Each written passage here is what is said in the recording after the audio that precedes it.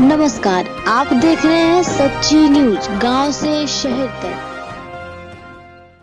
विश्व के सभी मेरे साथियों को राजरत्न अम्बेडकर की ओर से जय भीम, नमो बुद्धाय। द अनटोल्ड अम्बेडकर के 12वें भाग में आप सभी लोगों का स्वागत है। डॉक्टर बाबा साहब अम्बेडकर 26 नवंबर 1949 को भारत को संविधान देकर अपने घर पर दिल्ली के अलीपुर रोड के बंगले पर आ गए।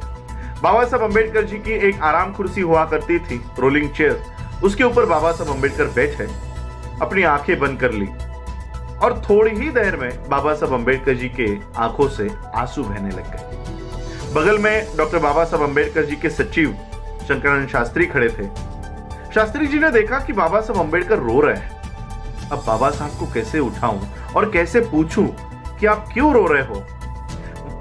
शंकरानंद शास्त्री जी ने एक युक्ति की। बाबा साहब अम्बेडकर जी के पैरों के यहां बैठे और पैर दबाते दबाते बाबा साहब से सवाल किया, बाबा साहब, अभी आप इस देश को एक अच्छा संविधान देकर आए हो, एक अच्छी व्यवस्था देकर आए हो, किस बात का दुख है आपको, आप क्यों रो रहे हो।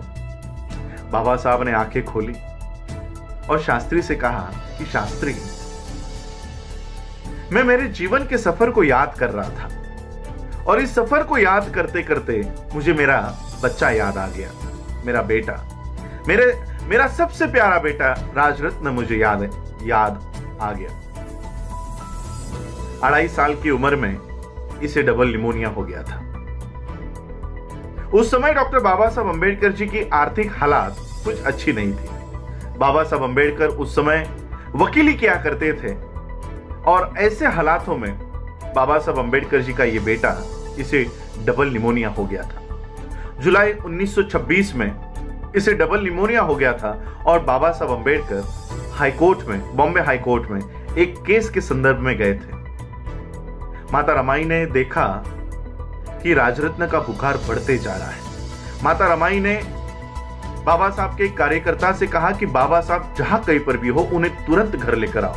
यह कार्यकर्ता हाईकोर्ट पहुंचा और हाईकोर्ट पहुंचने पर बाबा साहब को संदेशा दिया कि बाबा साहब आपको तुरंत घर बुलाया है। बाबा साहब अपना सारा काम छोड़कर, बाबा साहब को पता चला क्या हुआ होगा, बाबा साहब ने उसी हाईकोर्ट के दरवाजे से, उसी हाईकोर्ट के प्रांगण से तांगा किया और बाबा साहब जिस चाली में रहा करते थे उस चाली के सामने आकर ये तांगा रुका। 10 बाय 10 का बाबा साहब का मकान हुआ करता था। बाबा साहब ने जैसे ही इस मकान में प्रवेश किया, अपने बच्चे को अपने गोद में लिया। गोद में बाबा साहब अम्बेडकर इस राजरत्न को लेकर उसको खिला रहे थे और बाबा साहब अम्बेडकर जी की ही गोद में इस राजरत्न ने प्राण त्याग कर दिया। उस समय बाबा साहब इतना फूट फूट कर रो रहे थे। दीवार पर सर पटक पटक कर डॉक्टर बाबा साहब अम्बेडकर रो रहे थे। पूरे कार्यकर्ता, पूरे चाली के लोग बाबा साहब को देख रहे थे। एक बच्चे की तरह बाबा साहब रो रहे थे। बाबा साहब को कैसे शांत किया जाए। बाबा साहब का बचपन का दोस्त मालू आगे आया। बाबा साहब को बहुत परिश्रम के बाद बाबा साहब को शांत किया।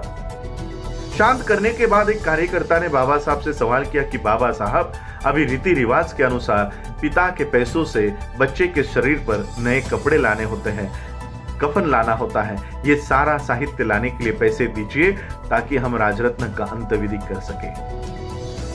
बाबा साहब के कानों पर जैसे ही ये शब्द पड़े, शांत हुए बाबा साहब फिर से फूट फूट कर रोने लग गए।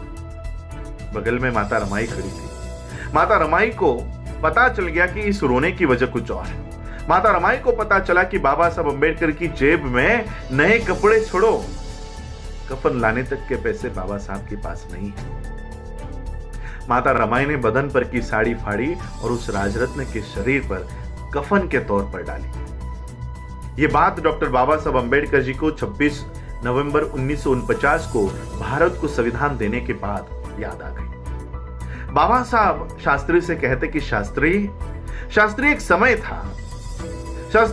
था कि मेरा बेटा, मेरा बच्चा राजरत्न इस जहां से जाते समय मैं उसके शरीर पर कफन तक डाल नहीं सका। मेरा बच्चा बिना कफन के इस जहां से चला गया।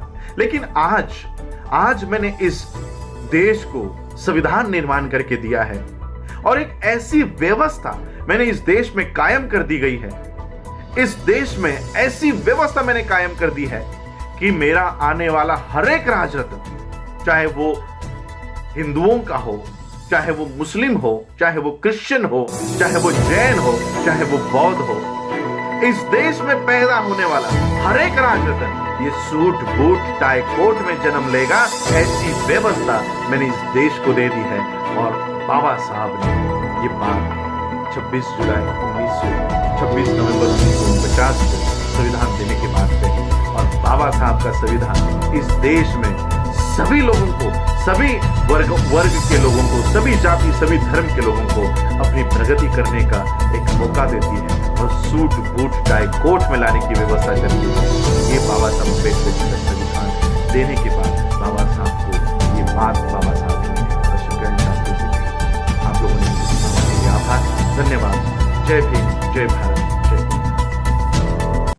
सच्ची न्यूज की सभी खबरों को लगातार देखने के लिए चैनल को सब्सक्राइब करें, साथ ही बेल आइकन को प्रेस करना ना भूलें।